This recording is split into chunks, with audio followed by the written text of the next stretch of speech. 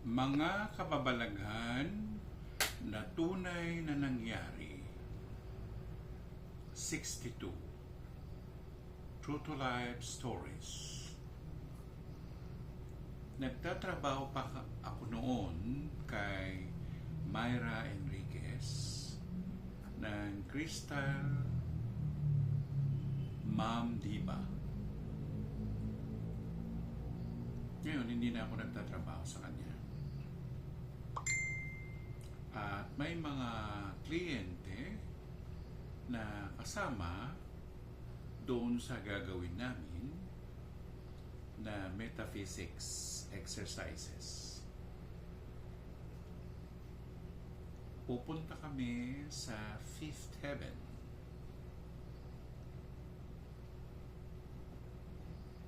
Pero syempre, guided kami ng mga anghel.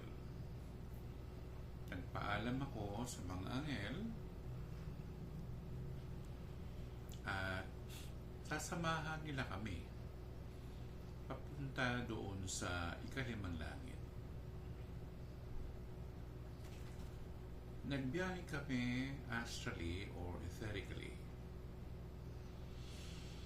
at nakarating kami doon sa lugar na yon. Nakita ko ang tatay ko. Mahigpit kaming nagyakap at nag-iyakan kami. Maraming sinabi sa akin ng tatay ko na hindi niya nasasabi sa akin nung buhay pa siya sa daigdig na ito.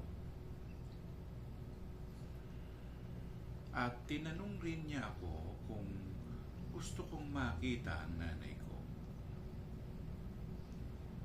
At sinamahan ako ng tatay ko papunta roon.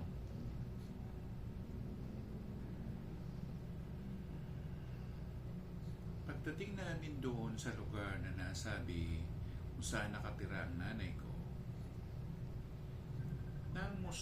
nagkumustahan lang kami. Pero ang nanay ko o ang tatay ko pala ay nagtanong kung buhay na pa ba ako o kung ako ba ay patay na rin. Sinagot ko siyang hindi na. Hindi pa ako patay, sabi ko. At itong ginawa namin ito ay para mapatunayan, gayon din sa mga taong nandoon, na totoong may langit. At hindi naman totoo na hindi magkakakilala ang mga tao roon dahil totoo namang magkakakilala.